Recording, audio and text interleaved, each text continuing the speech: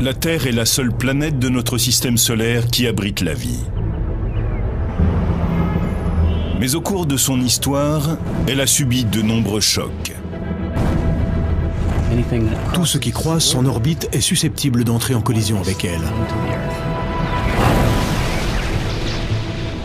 En ce moment même, de véritables poids lourds célestes parcourent l'univers et menacent de mettre la Terre KO. Ce serait aussi puissant que le déclenchement simultané de tout l'armement mondial. Sur n'importe quel point du globe, ce serait comme être à côté d'Hiroshima. Nos corps disloqués se disperseraient à grande vitesse et chacun de nos atomes serait propulsé dans l'infini, en un rien de temps. Certains scientifiques et d'anciens astronautes refusent pourtant de s'avouer vaincus sans avoir livré bataille. Ils livrent une course contre la montre afin de localiser ces tueurs cosmiques avant qu'ils ne déclenchent l'apocalypse.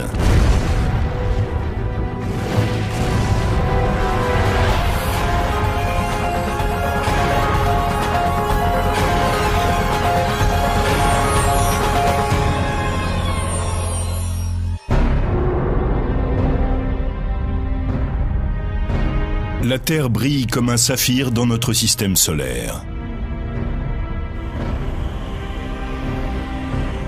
Nous coulons des jours paisibles, sans nous rendre compte qu'aux confins de l'espace, la menace vient peut-être droit vers nous.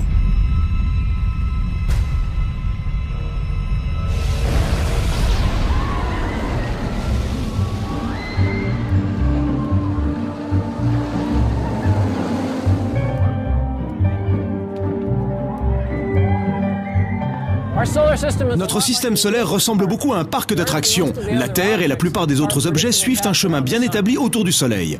Normalement, tout se déroule sans problème. Mais parfois, surgissent le chaos et la violence.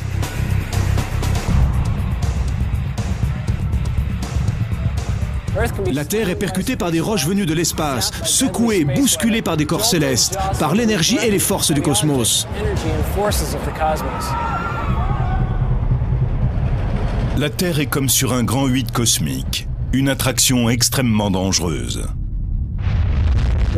Si vous avancez à toute allure sur un chemin déterminé à l'avance, vous espérez que rien ne vous coupera la route.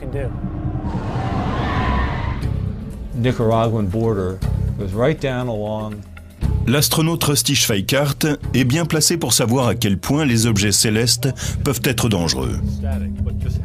En 1969, il pilotait un module lunaire durant la mission Apollo 9.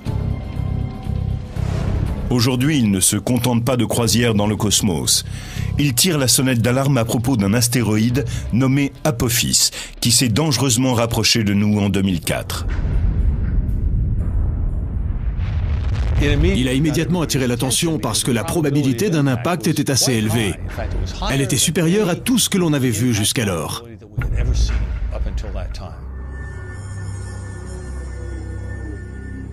Schweickart cite en exemple un précédent événement terrifiant qui montre les dégâts causés par l'impact d'un astéroïde plus petit qu'Apophis. Nous sommes le 30 juin 1908 à 7h15 du matin.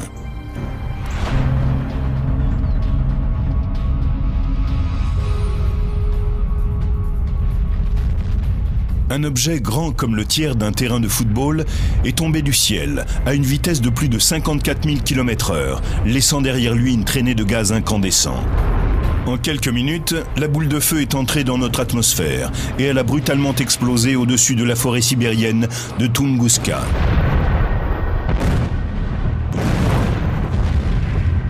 C'est la plus grande explosion de l'histoire de l'humanité. Elle provoqua des vagues de chaleur qui incendièrent 80 millions d'arbres sur une superficie de plus de 1500 km². Heureusement, il n'y eut aucun mort, car la région était très faiblement peuplée. Si cet astéroïde avait explosé quelques heures plus tard, il n'aurait pas touché la Sibérie, mais l'Europe. Et s'il avait explosé en vol au-dessus d'une ville, il y aurait eu des millions de morts en un instant. L'explosion de Tunguska a soulevé des controverses au cours du siècle dernier. Aujourd'hui, de nombreux scientifiques s'accordent sur le fait qu'un astéroïde était à l'origine de l'explosion. Aussi incroyable que cela puisse paraître, il n'est jamais entré en collision avec la Terre. Il a explosé à 8 km au-dessus du sol gelé de Sibérie. Un petit astéroïde rocheux ne peut pas survivre à sa plongée dans l'atmosphère terrestre. Quand il entre en contact avec la plus basse atmosphère, à environ 80 000 km/h, il est comme un œuf qui s'écraserait sur du ciment.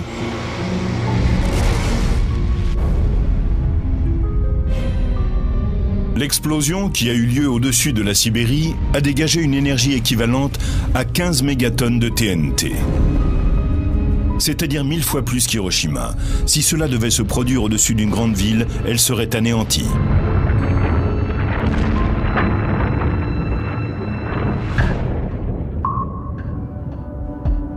Les scientifiques appellent ces intrus des NEO, Near Earth Objects, c'est-à-dire des objets passant près de la Terre. Ces astéroïdes et ces comètes sont des résidus issus de la formation des planètes. Les comètes se déplacent dans le nuage de Oort et la ceinture de Kuiper, qui se trouve derrière la planète Neptune. Les astéroïdes voyagent dans une zone comprise entre Jupiter et Mars. Mais leur voyage en orbite n'est pas forcément une routine. La plupart des astéroïdes sont en orbite dans une ceinture bien définie entre Mars et Jupiter. Ce ne sont pas ceux-là qui nous préoccupent. Mais quand l'un d'entre eux sort de cette zone et se dirige vers la Terre, là, les astronomes commencent à s'inquiéter. Très souvent, ces résidus cosmiques sont déviés de leur orbite et entament une course qui peut s'achever par une collision avec la Terre. L'atmosphère épaisse de notre planète pulvérise une grande majorité d'entre eux. Mais un objet plus grand peut traverser notre atmosphère et percuter le sol. Si vous vous intéressez au cosmos, et plus particulièrement aux forces qui pourraient nous anéantir, les impacts d'astéroïdes ne sont pas négligeables et ils sont dangereux. C'est déjà arrivé et cela arrivera encore. Il y a 65 millions d'années, un astéroïde de la taille d'une bourgade est tombé du ciel.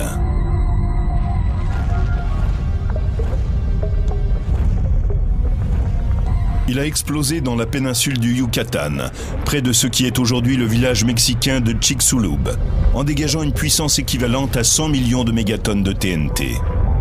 En percutant le sol, l'astéroïde a projeté des milliards de tonnes de croûte terrestre dans l'atmosphère. Cela a fait comme un voile autour de la Terre, bloqué la lumière du Soleil et fait disparaître la base de la chaîne alimentaire, tout en déclenchant l'extinction d'un certain nombre d'espèces. On pense que c'est ce violent impact qui est à l'origine de l'extinction des dinosaures. On peut penser que les astéroïdes sont un fléau. Mais c'est grâce à l'un d'entre eux que nous sommes ici aujourd'hui. Nos ancêtres mammifères rampaient et se cachaient pour ne pas finir en hors-d'œuvre pour le T-Rex.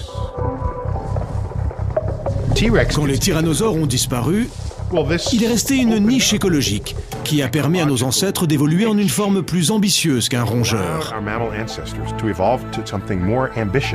De là sont nés les primates, et des primates descendent les hommes. Mais ce même type de gros rocher cosmique, qui a permis à la race humaine d'exister, pourrait un jour nous faire disparaître de la planète.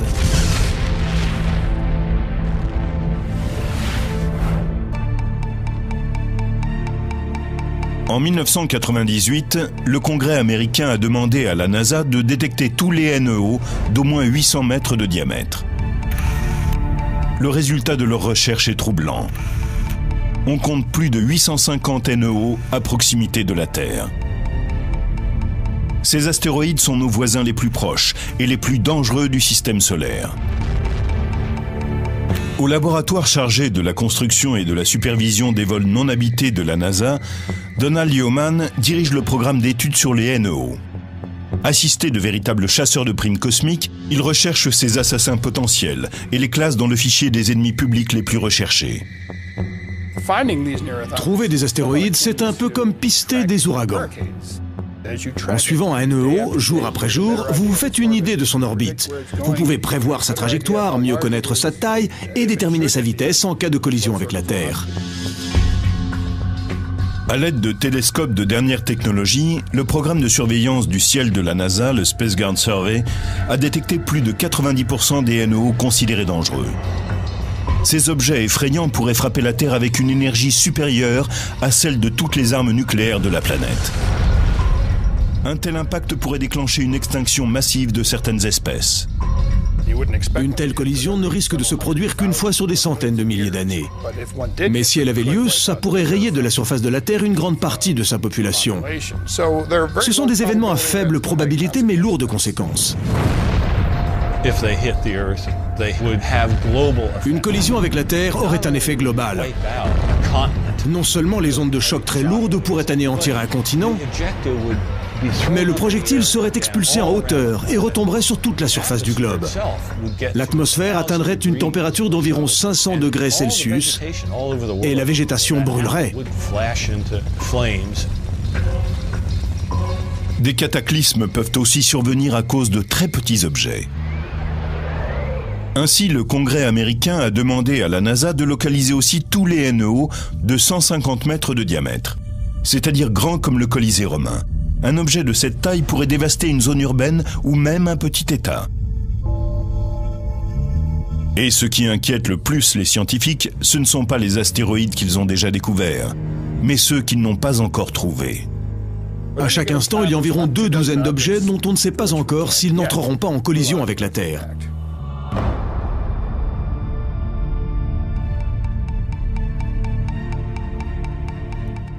Schweikart, l'ancien astronaute, est allé plus loin face à la menace que représentent les NEO. Il a demandé au Congrès américain la création d'une agence spéciale qui serait responsable de la protection de la population contre les objets célestes.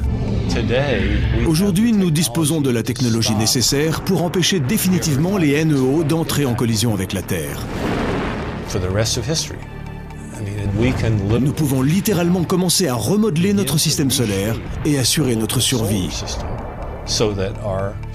La question qui se pose est, le ferons-nous ou connaîtrons-nous la même fin que les dinosaures?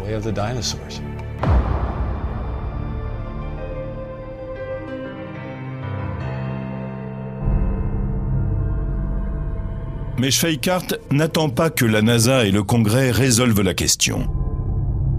Il a ses propres projets pour sauver la planète du prochain impact d'astéroïdes.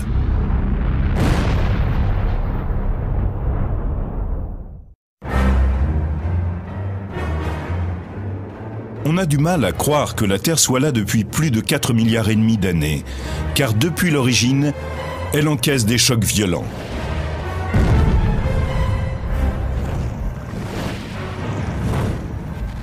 Comme un boxeur, notre monde est constamment agressé par des astéroïdes qui pénètrent dans son orbite. Et dans le futur, la Terre pourrait bien être mise KO. L'ancien astronaute d'Apollo 9, Rusty Schweikart, refuse de laisser les astéroïdes dicter leurs lois. Il est prêt aujourd'hui à défendre la Terre contre ces dangereux blocs de roches. Nous avons découvert que ces NEO passaient au-dessus de nous en permanence. Et nous avons développé nos capacités à modifier l'environnement pour assurer notre survie. Schweikart est particulièrement préoccupé par un astéroïde nommé 2004 MN4, et plus connu sous le nom d'Apophis. Ce rocher criblé de trous d'un diamètre d'environ 220 mètres a frôlé la Terre en 2004. Il est prévu qu'il passe à nouveau près de notre planète le vendredi 13 avril 2029.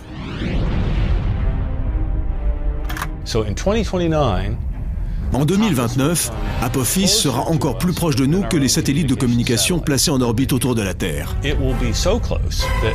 Il sera si près que certains pourront le voir à l'œil nu. Ils n'auront même pas besoin de jumelles, tant la distance sera faible entre lui et nous.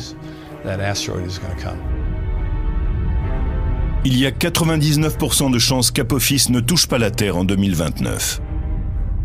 Mais s'il la frôle, ne fût-ce qu'à une distance de 30 405 km très exactement, il pourrait passer par ce que l'on appelle un trou de serrure gravitationnelle. C'est une étroite zone de l'espace, large d'environ 800 mètres. Si cela se produisait, l'attraction terrestre pourrait perturber et même changer la trajectoire d'Apophis. ce qui provoquerait une collision avec la Terre 7 ans plus tard, le 13 avril 2036. L'effet gravitationnel de la Terre modifierait l'orbite d'Apophis. Il l'élargirait et dévierait alors l'astéroïde assez pour que 7 ans plus tard, il entre en collision avec la Terre.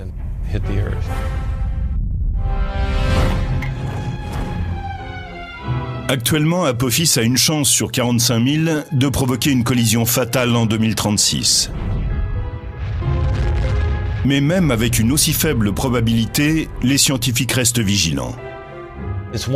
C'est une chose de savoir qu'il y a peut-être une chance sur 45 000 que l'astéroïde percute la Terre.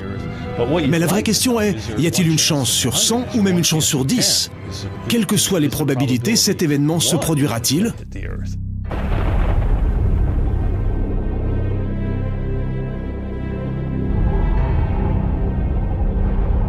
Pour Schweikart, nous devrions considérer Apophis comme n'importe quelle catastrophe naturelle.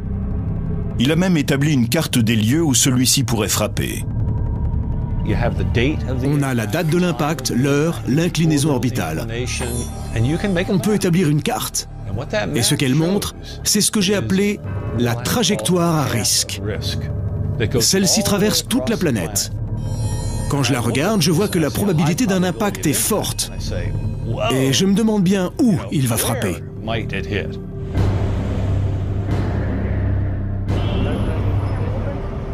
D'après Schweikart, Apophis pourrait entrer en collision sur n'importe quel point de cette trajectoire. Elle commence en Sibérie occidentale, traverse l'océan Pacifique, à proximité de la Californie, puis traverse l'Amérique centrale, pour finir en Afrique de l'Ouest. À propos des lieux qui pourraient être touchés, Schweikart propose un scénario qui fait froid dans le dos. L'astéroïde pourrait atterrir dans le Pacifique, au large des côtes de Californie, avec la force de plus d'1 million de mégatonnes de TNT. Un tel impact créerait un cratère sous-marin large de 8 km et profond de 2 km qui déclencherait des tsunamis. Des vagues déchaînées d'une hauteur de 15 mètres s'abattraient sur les côtes, provoquant un nombre de pertes humaines inimaginables. Un astéroïde de 300 mètres de diamètre qui tomberait dans l'océan poserait de sérieux problèmes. Un tel événement causerait des dégâts s'élevant à des centaines de milliards de dollars.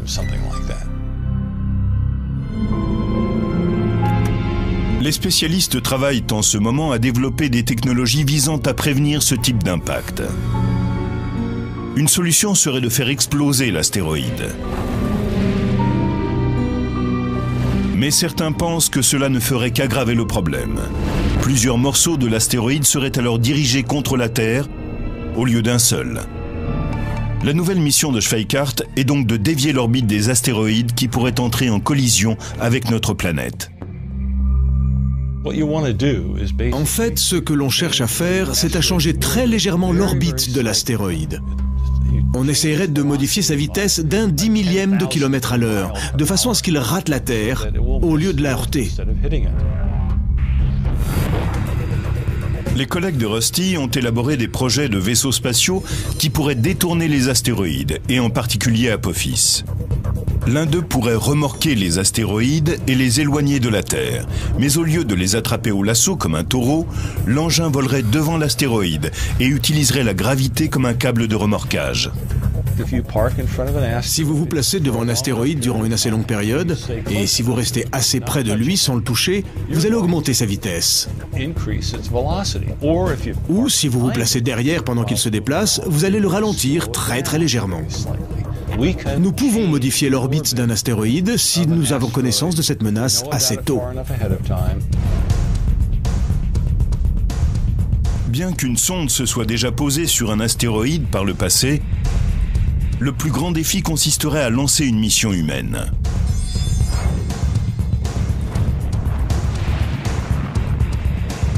Une fois sur le rocher, les astronautes pourraient monter un transpondeur radio qui permettrait de surveiller les déplacements de l'astéroïde. On pourrait aussi envoyer en mission des robots. Ils se poseraient, recueilleraient un échantillon et nous le ramèneraient. Ce n'est pas si difficile. L'avantage d'une mission humaine, c'est que les hommes pourraient réagir aux caractéristiques intéressantes de la surface de l'astéroïde. Ils pourraient se déplacer sans avoir à dépendre de la navigation à distance.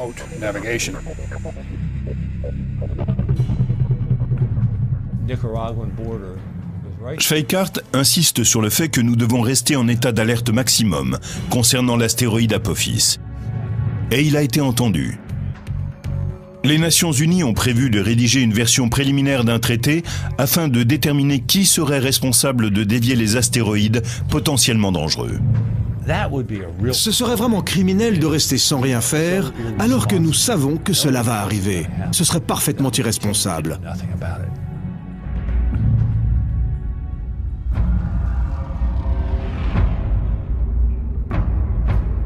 Mais les astéroïdes et les comètes ne sont pas les seules menaces venant de l'espace. La Terre a connu des hauts et des bas. On ne sait jamais ce qui nous attend au tournant, mais la plupart du temps, ce sont de mauvaises nouvelles.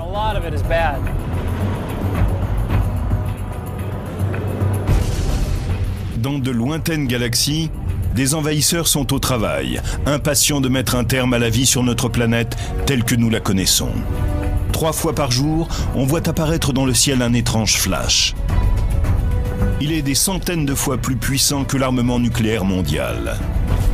Mais il n'a pas été créé par l'homme.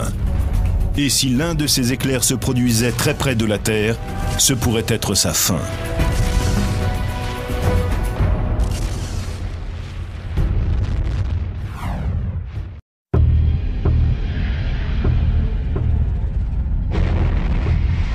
La plupart des habitants de la planète ne sont pas conscients des dangers potentiels qu'abrite l'espace. La liste en est longue et continue de croître. Imaginez que dans notre propre galaxie, la Voie lactée, une énorme étoile, explose. Et qu'elle envoie un faisceau d'énergie fatale en direction de notre planète. C'est un éclat de rayons gamma. La plus grosse explosion qui ait secoué l'univers depuis le Big Bang. Sur Terre, dans les villes et les campagnes, rien ne laisse présager de ce qui va se passer. Quand soudain, c'est l'explosion. Ce serait comme se trouver à moins d'1 kilomètre d'Hiroshima, et ce, sur toute la surface de la Terre. La puissante radiation brûle la couche supérieure de l'atmosphère. La couche d'ozone grille. Sur tout l'hémisphère, les êtres humains meurent, brûlés par les radiations, 100 fois supérieures à la dose mortelle. La disparition de la couche d'ozone provoque une hausse des températures, déclenche des cyclones, des tsunamis et des ouragans.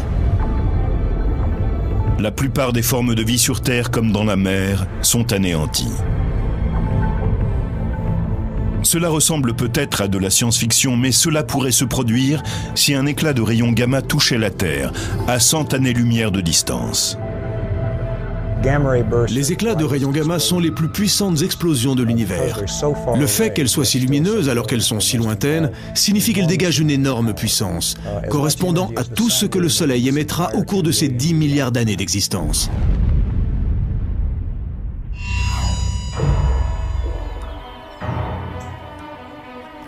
Déjà étudiant, Stan Woosley a toujours aimé les expériences qui font boum. Aujourd'hui, le travail de cet astrophysicien est bien plus qu'un jeu d'enfant. Il fait partie de ces détectives galactiques qui tentent de découvrir les mystères cachés derrière les éclats de rayons gamma. Nous savons qu'il y a beaucoup de planètes et beaucoup d'étoiles à travers le cosmos, donc d'innombrables civilisations ont sans doute été détruites par des éclats de rayons gamma. Ces faisceaux de radiation particuliers ont été repérés pour la première fois dans les années 60. Au début, la plupart des astronomes croyaient que ces explosions de rayons gamma provenaient de notre propre galaxie, la Voie lactée, à cause de leur extraordinaire luminosité. Une des raisons était que si ces explosions avaient lieu en dehors de la galaxie, alors leur énergie était presque incroyable.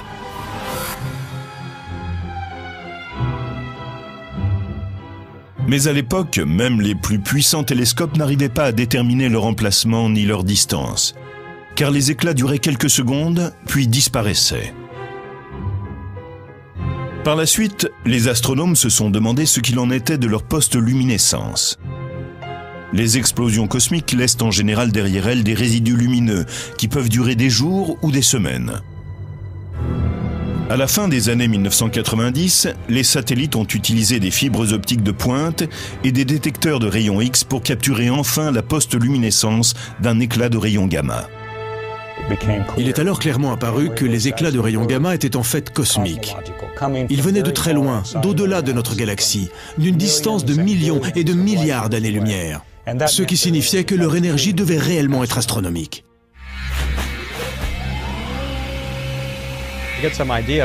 Pour avoir une idée de la luminosité d'un éclat de rayons gamma, on pourrait représenter la luminosité de notre Soleil par la faible lueur de cette LED. Et la luminosité d'un éclat de rayons gamma par le projecteur très puissant qui se trouve derrière moi. Quelle lumière, hein? Malheureusement, la lumière du projecteur n'est pas encore assez forte pour représenter pleinement celle d'un éclat de rayons gamma. En fait, il nous faudrait une centaine de millions de projecteurs pour obtenir la même chose. L'éclat de rayons gamma équivaut à la luminosité d'1 million de trillions de soleils. Ces explosions massives pourraient dévaster la Terre. Mais qu'est-ce qui les provoque ? Nous sommes quasiment convaincus que ces éclats de rayons gamma proviennent de la mort d'une étoile massive. Une étoile qui aurait au moins 10 fois la masse du Soleil. Et ce genre d'étoile est plutôt rare. Woolsey a élaboré une théorie révolutionnaire qui explique la création des éclats de rayons gamma. Quand une énorme étoile meurt, elle s'effondre sur elle-même et crée un trou noir. Les trous noirs sont créés lorsqu'un ensemble de matière s'effondre sur lui-même. La densité est alors si élevée que la lumière ne peut pas s'en échapper. Mais Woolsey avance que certaines étoiles résistent à l'aspiration au centre du trou noir. Il en résulte la formation d'un disque de matière tournant à très grande vitesse autour d'elle. En quelques secondes, les jets de plasma s'échappent de ces pôles de rotation. Et ces faisceaux d'énergie envoient de dangereux rayons gamma dans l'espace. Imaginez que l'on presse par exemple un fruit, une sphère ou n'importe quel objet dans un espace très petit. Le contenu de l'objet va jaillir. Dans notre cas, la pression est effectuée très rapidement et la masse est extrêmement grande. En même temps que les éclats de rayons gamma sont éjectés, l'étoile en train de s'effondrer explose ou devient une supernova. Une des raisons pour lesquelles les éclats de rayons gamma sont si brillants, c'est parce qu'ils prennent une quantité énorme de puissance qu'ils concentrent dans une petite fraction du ciel. Pour 300 éclats de rayons gamma, un seul est pointé dans notre direction. Ainsi, nous n'en voyons qu'un sur 300. Même si un éclat de rayons gamma se produisait non pas à 100, mais à 1000 années-lumière, la Terre pourrait tout de même être confrontée à une destruction apocalyptique. Si un éclat de rayons gamma se produisait à 1000 années-lumière de la Terre, ce serait environ 100 fois plus lumineux que ce que le Soleil émet. L'énergie relâchée dans l'atmosphère supérieure de la Terre équivaudrait à une explosion nucléaire de 100 000 mégatonnes. La couche d'ozone serait appauvrie. Cela provoquerait des pluies acides, des brûlures par déflagration, la combustion de la végétation. Ce serait ce qu'on pourrait appeler un hiver nucléaire. De nombreuses espèces pourraient s'éteindre.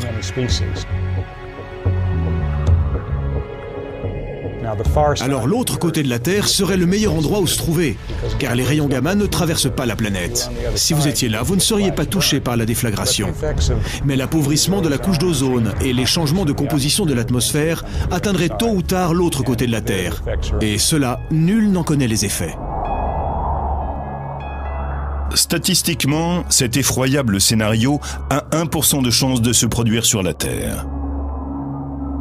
Mais même ce faible pourcentage est peu rassurant, si vous pensez que vous vivrez peut-être sur la planète à ce moment précis. Si vous vous trouvez dans le point de mire du rayon, on peut dire que ce n'est pas votre jour de chance. Si un de ces éclats se produit dans notre galaxie et que son faisceau est pointé sur vous, allez vous coucher dans une grotte. Car il dégage des radiations d'une énergie très élevée. C'est le genre d'énergie qui décomposerait vos molécules.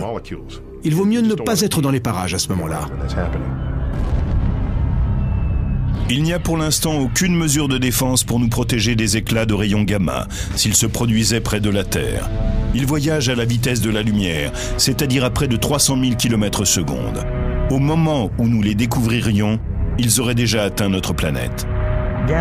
Les éclats de rayons gamma pourraient représenter un risque pour la Terre ou pour tout être vivant qui croiserait leur trajectoire.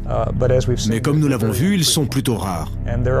D'autres phénomènes dans le ciel et sur la Terre sont bien plus dangereux.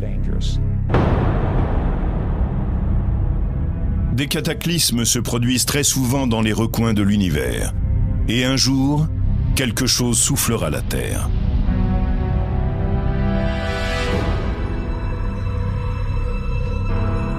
La plupart du temps, notre voyage autour du Soleil est calme et sans encombre, comme un tour sur cette grande roue. Et si rien n'entre dans notre trajectoire, cela peut continuer pendant des millions d'années. Nous savons que tôt ou tard, ce doux voyage prendra fin, mais nous ignorons quand.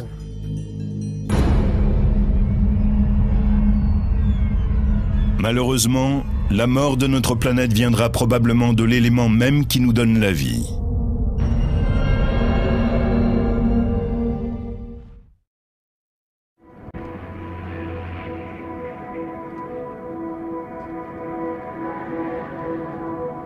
La vie est douce sur Terre, car notre planète est la 3e plus proche du Soleil. Pendant plus de 4 milliards d'années, il a été un allié, réchauffant et nourrissant notre planète. Mais un jour, cet astre deviendra notre ennemi. Le Soleil et la Terre entretiennent une relation unique. La Terre a une température spécifique, une taille particulière, elle abrite la vie, elle a des océans, et tout cela dépend du Soleil. Il est à l'origine de l'existence de la vie sur Terre, et il sera à l'origine de sa mort.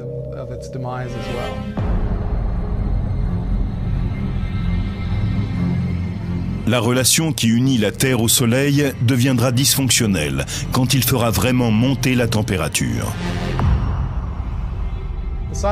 Le Soleil se réchauffe en brûlant de l'hydrogène pour le transformer en hélium. 4 atomes d'hydrogène donnent un atome d'hélium. Cela signifie qu'il y a de moins en moins de particules actives à l'intérieur du Soleil. Pour résumer, disons que le Soleil a besoin d'être de plus en plus chaud et de plus en plus lumineux pour se maintenir. À mesure que le noyau du Soleil se réchauffera, ses parties extérieures vont gonfler et rougir. Dans un feu de joie, il y a un grand tas de bois, et on en ajoute encore. Au bout d'un moment, assez de bûches ont brûlé et le tout s'effondre. Il y a alors une explosion d'étincelles et le feu devient encore plus lumineux. C'est un peu ce qui se passe avec le Soleil. En ce moment, il brûle de l'hydrogène et le transforme en hélium. Or, l'hélium est comme la cendre. À mesure que le Soleil s'effondre, les cendres se rallument, l'hélium se transforme en carbone. Et alors, il fait vraiment très chaud. Le Soleil se dilatera alors en une géante rouge et réduira en cendres les formes de vie terrestres les plus complexes. Quand le Soleil deviendra une géante rouge, sa taille sera multipliée par 30. Ainsi, la surface du Soleil sera en dehors de l'orbite de Mercure. Sa luminosité sera multipliée par 1000 environ. Cela réchauffera la Terre au point que la croûte extérieure, les pierres, ces parties solides fondront. Toute la planète deviendra une boule de lave en fusion. Le Soleil brûlera les planètes du système solaire. Puis, il se refroidira. Mais la Terre sera alors réduite en cendres, pareil à un morceau de charbon de bois. Et cela ne sera pas idéal pour la manifestation de la vie. Mais le destin cauchemardesque de la Terre ne s'arrête pas là. Une fois transformé en géante rouge, le Soleil connaîtra des variations de taille avant de s'effondrer et de devenir une naine blanche. Le Soleil, qui était énorme, devient tout d'un coup minuscule et très dense. Il n'est pas plus grand que la Terre, et il se tient là au centre de notre système solaire, émettant une lumière bien plus faible qu'autrefois. Et puis tout se refroidit, et il ne génère plus la moindre énergie. Ainsi, le destin du système solaire est de refroidir, puis de geler. Les humains se seront probablement installés sur une autre planète ou auront disparu avant que le Soleil ne transforme la Terre en boule de neige. Cependant, il pourrait avoir asséché notre monde bien avant cela. Si le Soleil ne nous tue pas quand il entrera dans sa phase de géante rouge, c'est qu'il pourrait très bien nous avoir déjà exterminés, en brillant assez fort pour provoquer l'évaporation des océans. L'eau est un composant essentiel à toute forme de vie. Donc, si la planète perdait toute son eau, cela pourrait causer la disparition de la vie sur Terre. Et une fois de plus, ce serait la faute du Soleil. Il y a peut-être des solutions pour que la Terre obtienne un sursis. En grandissant, le Soleil commencera à perdre de la masse, beaucoup plus rapidement qu'il ne le fait actuellement. Si sa masse diminue, il retiendra moins bien la Terre, qui se déplacera alors dans une orbite plus large. On assistera à une sorte de course entre le Soleil, dont le volume et la chaleur augmentent, et la Terre, qui s'éloignera légèrement de cette boule de feu de plus en plus chaude.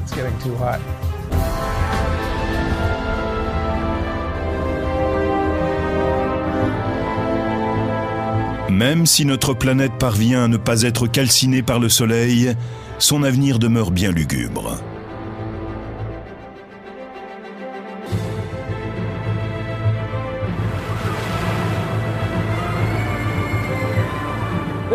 Cet endroit est plein d'aventures.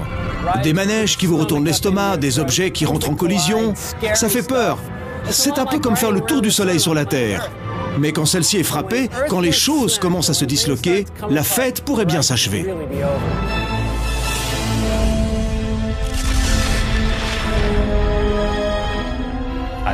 La fin de l'univers, je ne sais pas ce que ça veut dire, parce que j'aime le temps.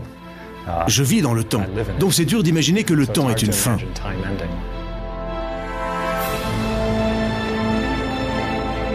Aujourd'hui, les scientifiques observent notre inévitable destin.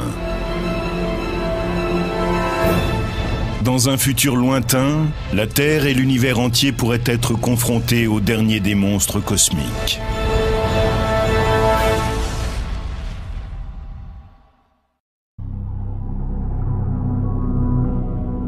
Personne ne se doute que le plus fatal ennemi de la Terre est tapi parmi les étoiles. Mais dans l'avenir et sans avertissement préalable, une grande faucheuse cosmique déclenchera la dernière apocalypse.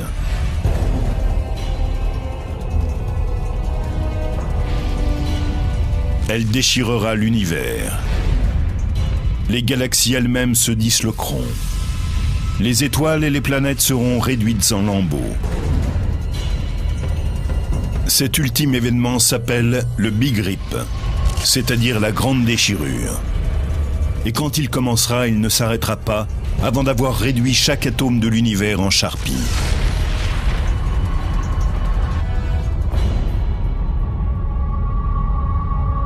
Le Big Rip, c'est la fin de l'univers. Ce n'est pas comme si nous étions les derniers à rester lors d'une fête et qu'on se demandait qu'est-ce qu'on fait maintenant. C'est comme si on éteignait les lumières et que voilà, c'est la fin de l'univers.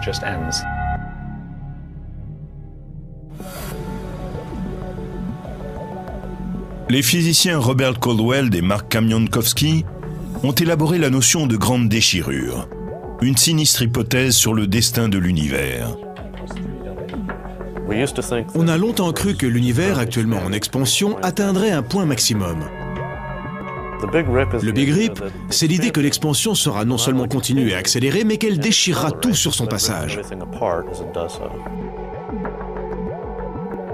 Caldwell et Kamiankowski ont calculé que l'univers était en expansion à une vitesse croissante et inquiétante, et que quelque chose aspirait tout vers l'extérieur. Telle une brigade des mœurs galactiques, ces jeunes scientifiques traquent ce tueur cosmique. Ils pensent que le coupable serait un mystérieux phénomène appelé énergie noire. Comprendre ce qu'est l'énergie noire est probablement le but numéro 1 des cosmologistes aujourd'hui. Par définition, l'énergie noire est noire. On ne peut pas la voir. Nous la ressentons à travers ses effets sur le comportement gravitationnel de l'univers. Il y a peut-être de l'énergie noire dans cette pièce, sous la chaise. C'est seulement quand on s'intéresse à ses propriétés à une échelle cosmologique, à des milliards d'années-lumière de nous, qu'on commence à voir les effets cumulés de l'énergie noire. Elle provoque l'éloignement des objets entre eux et contribue à l'expansion de l'univers à une vitesse accélérée.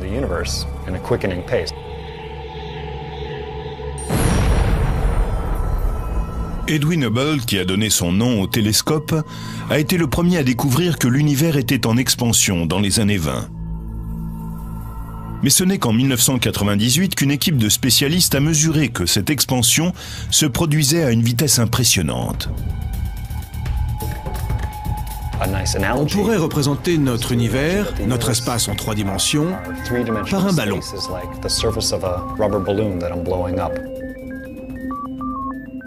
Voilà, je vais gonfler ce ballon pour démontrer les effets de l'expansion de l'univers.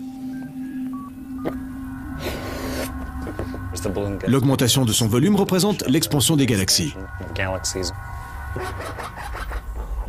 Très bien, voilà une galaxie, et puis une autre.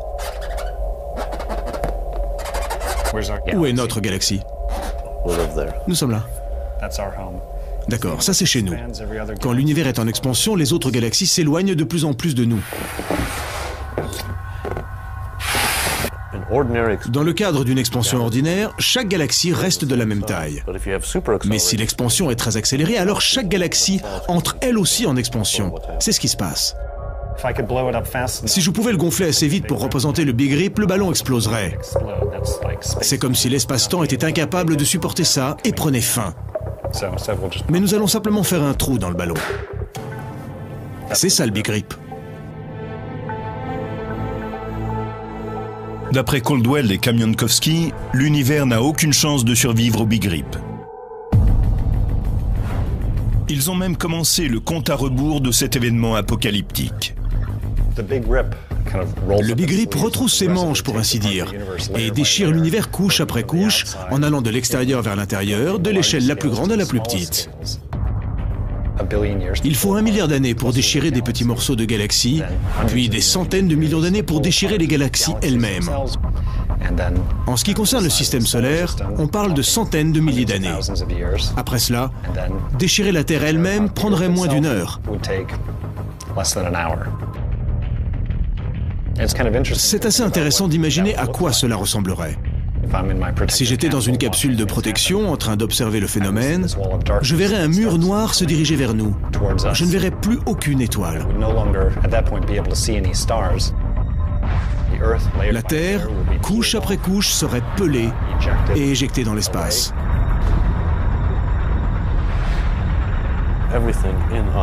Tout en nous, les molécules et les atomes qui nous constituent, seraient disloqués. Chaque atome de notre corps serait propulsé dans l'infini en un rien de temps.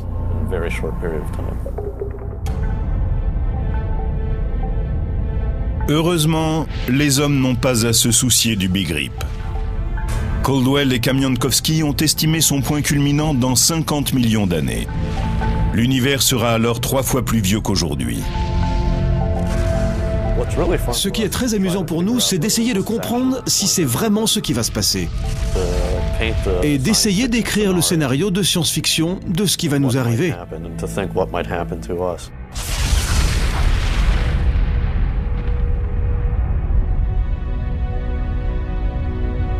Les menaces venant de l'espace sont bien réelles. Certaines pourraient nous atteindre demain, d'autres dans un futur lointain. Mais une chose est sûre, un événement mettra un point final à la Terre et probablement à l'univers entier, une fois pour toutes. Ce n'est qu'une question de temps. Parfois, il est utile de se dire que notre vie sur Terre est fragile et que nous ne sommes pas ici pour l'éternité. Peut-être y a-t-il un espoir, mais vu la tournure des choses, l'univers prendra fin. Et c'est